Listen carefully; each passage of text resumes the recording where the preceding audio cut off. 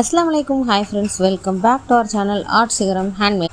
நம்ம இந்த வீடியோவில் ஒரு ஃபுல் tutorial மேக்கிங் வீடியோ தான் பார்க்க போகிறோம்.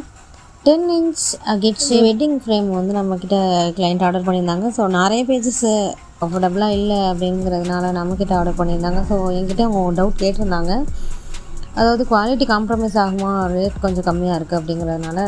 இன்னும் அப்படி இல்லை, நம்ம அனதர் பேஜை விட நம்ம வந்து ரொம்ப பார்த்து பண்ணுறோம். அதை விட ப்ரைஸஸ் கொஞ்சம் ரெடியூஸாக தான் வச்சுருக்கேன். ஸோ அதுதான். ஸோ ஃபர்ஸ்ட் நம்ம அவங்களோட மெட்டீரியல்ஸ் என்னென்ன திங்ஸ் கொடுத்தாங்க அப்படிங்கிறத வாட்ச் பண்ணிடுவோம். அவங்க 2 மெட்டி கொடுத்துருந்தாங்க, தாலி ரோப் அண்டு ஃப்ளவர் வந்து இல்லை, டிகே ஆகிடுச்சு. ஸோ ஆனால் இருந்தாலும் எனக்கு ஃப்ளவரோட வேணும், கரெக்டாக நம்ம வெட்டிங் டேட்டில் வந்து எனக்கு டெலிவரி ஆகணும் அப்படின்னு சொன்னாங்க.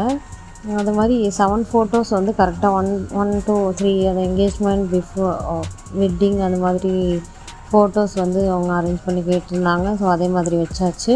ஒவ்வொரு சஜஷனும் அவங்க இந்த மாதிரி எனக்கு இங்கிலீஷில் நேம் இருக்கணும், அது மாதிரி தமிழில் என்னவல்ங்கிறது போட்டிருக்கணும் அப்படின்னு சொல்லிட்டாங்க. நம்ம கிளைண்ட் வெட்டிங் ஆனிவர்சரிக்காக ஆர்டர் பண்ணியிருந்தாங்க. ஸோ இதில் உள்ள டேட்டை பார்த்துட்டு உங்களுக்கு தெரியுது, 2024 பண்ணது. ஸோ எனக்கு வந்து கிளிப்பிங்ஸ் வந்து நிறையா இருந்தது.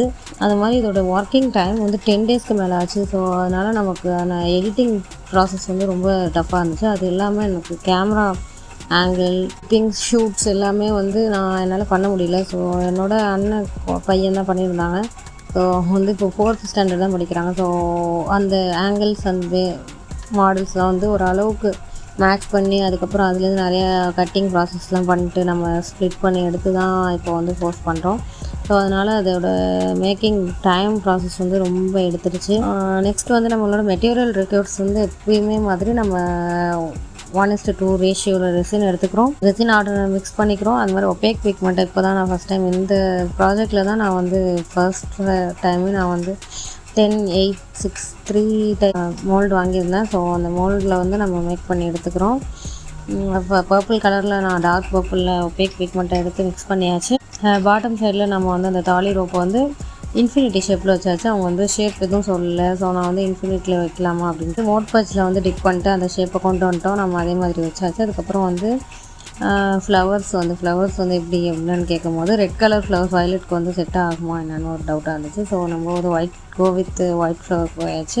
அதோட மிக்சிங் ப்ராசஸ் முடிஞ்சிச்சு. ஸோ ஒரு 3 to 3, 4, 5, 6 லேயர்னு போயிட்டு இருந்துச்சு. பிகாஸ் வந்து அப்போ தான் கிளாஸி லுக் கரெக்டாக வரும். ஒரே போரில் நம்ம பண்ணிட்டோம் அப்படின்னா அந்த கிளாஸி லுக் வந்து இந்த அளவுக்கு கிடைக்காது. ஸோ நெக்ஸ்ட் வந்து ஃபோட்டோவை நம்ம அப்ளை பண்ணிக்கிறோம். அதுக்கப்புறமா தான் நம்ம வந்து ஃபோட்டோ பண்ணுறதுக்கே ஒரு 2-3 days ஆகிடுச்சு. ஏன்னா அதுக்கான அரேஞ்ச்மெண்ட் அது மாதிரி ரவுண்ட் ஷேப்பில் இருக்கணும்.